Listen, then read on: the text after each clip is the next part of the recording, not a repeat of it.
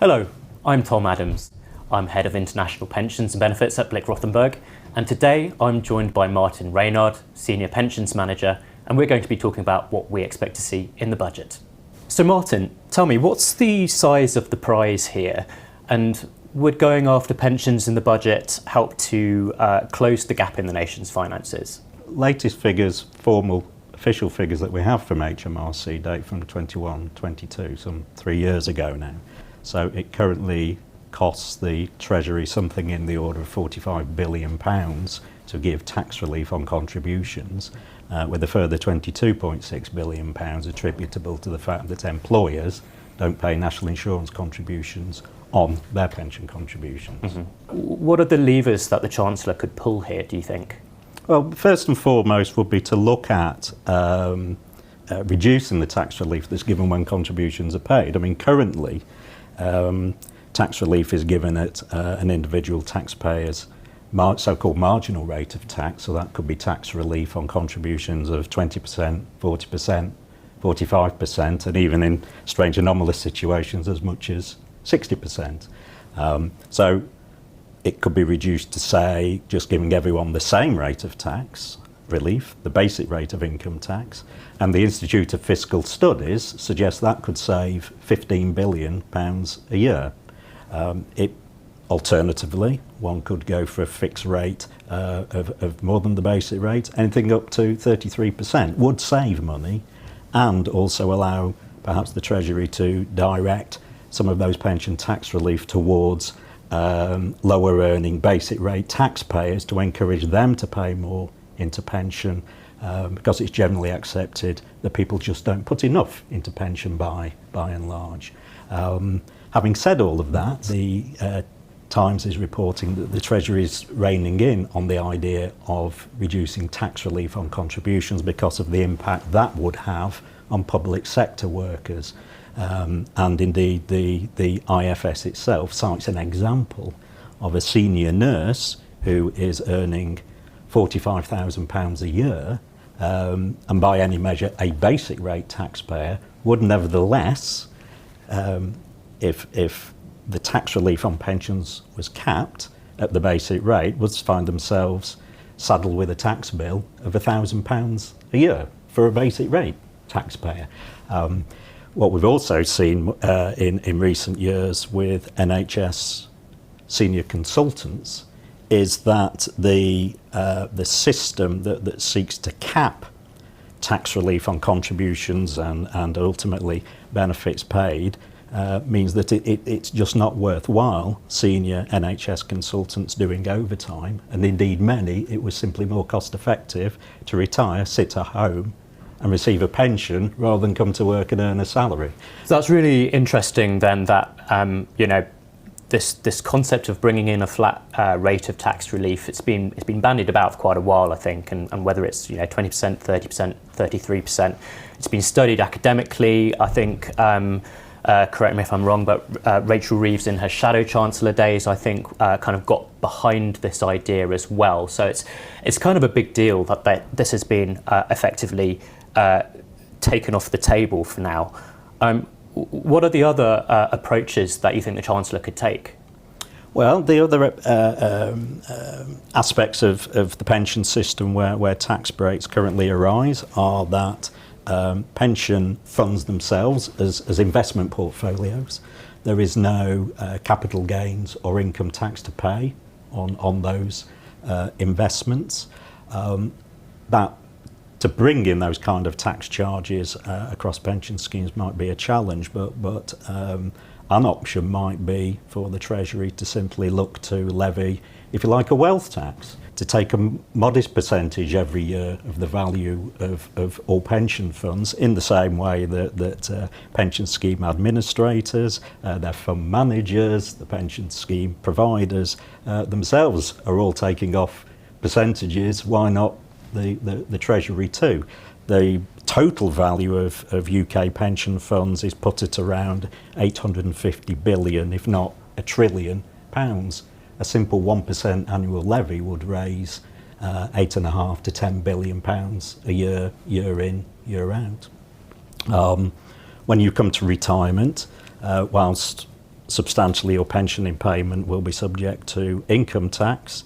There is nevertheless the very popular option to take an element of your pension fund free of tax, usually as a lump sum.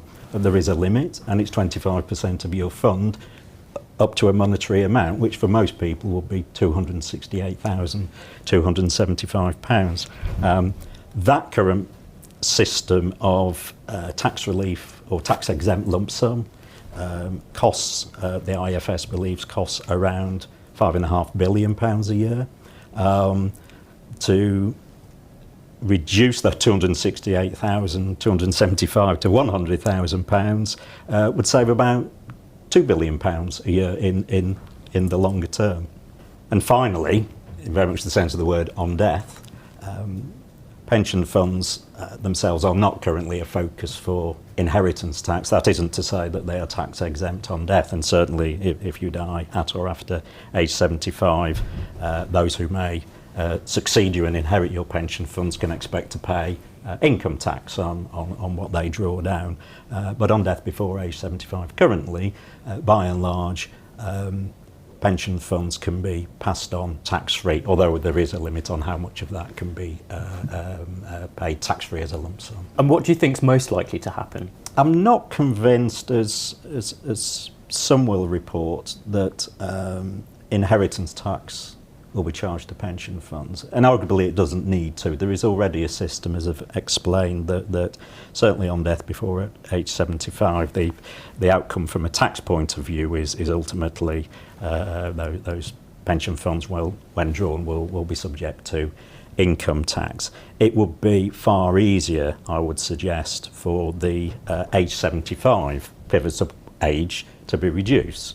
So one could reduce it to, say, state pension age, 67, say, or drop further into the lower 60s. One way of tackling it would be to use the current lump sum and death benefit allowance, which currently sets a maximum lump sum of approximately £1 million that can be paid tax-free on death before age 75, will be to extend that to embrace not only lump sums but the total value of pension benefits paid on death, including widows and widowers and survivors' pensions. What about then this notion of reducing the tax relief on benefits on payment to a pensioner? So you mentioned tax-free cash lump sum. Do you think the Chancellor could look to restrict that relief? And if she were to do that, do you think she could make any changes retrospectively to that? I'm an advisor of some 30 years, Tom, and believe you me, I've seen many pension changes, including along the way restrictions that have led to a reduction in the maximum amount of tax-free cash monetarily that you can take at retirement, and there is no precedent for those changes to be applied retrospectively. Every time the reduction has been introduced, individuals have always had the option to register and secure for themselves the higher allowance. It inevitably, that comes hand in hand with having to stop making further contributions or generally accruing new pension or further pension benefits after you've registered. So I'm not saying it couldn't be reduced, the allowance couldn't be reduced to £100,000, but I would have thought, given precedents, that it would be possible to register and somehow secure yourself the currently higher allowance of some £268,000. I would certainly caution the government very strongly against doing anything to discourage people from saving more into their pensions, or indeed from jeopardising the value of what's kind of already in the pot. I'm aware that there's been a number of studies, and not least by the OECD. So one of their studies found that the average UK pensioner's retirement outcome is pretty far behind the average for, say, counterparts across the EU27 or indeed the OECD. If pensions are in some way to be a source of however modest revenue to the Treasury, what would be a sensible approach perhaps to address that? So I'm going to go back to that 22 billion figure you mentioned, just because it's obviously stuck in my mind. But actually, when I think about it, perhaps going to introduce employer NICs on employer contributions wouldn't be such a bad idea. It might at least be the least bad option. And the reasons for that, I think, it's actually quite a simple thing to administer.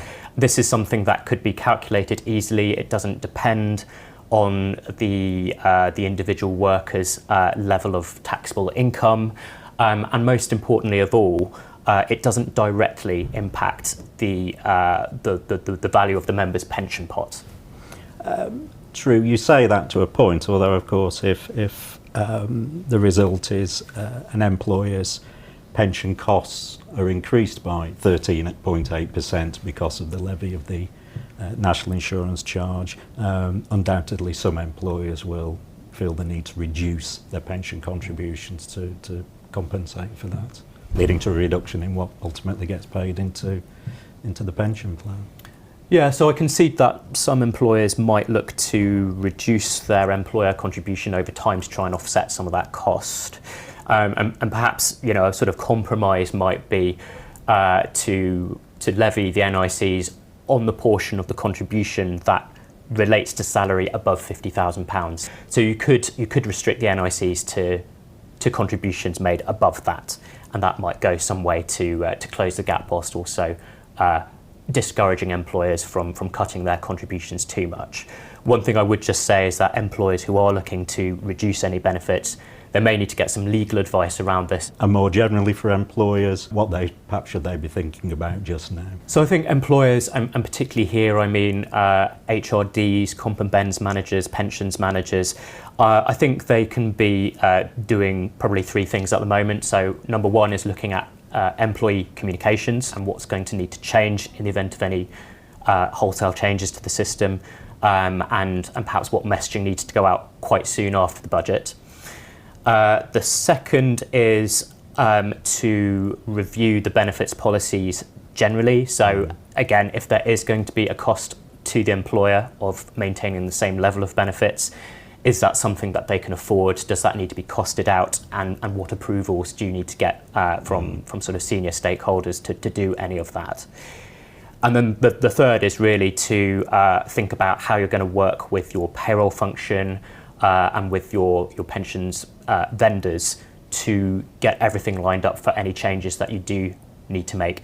Well, thanks very much, Martin, for the insights, and I guess it just remains to be seen what actually happens on the 30th. So if you'd like to know any more or have any questions about the content, please feel free to reach out either to me or to Martin, and we'll be very pleased to help.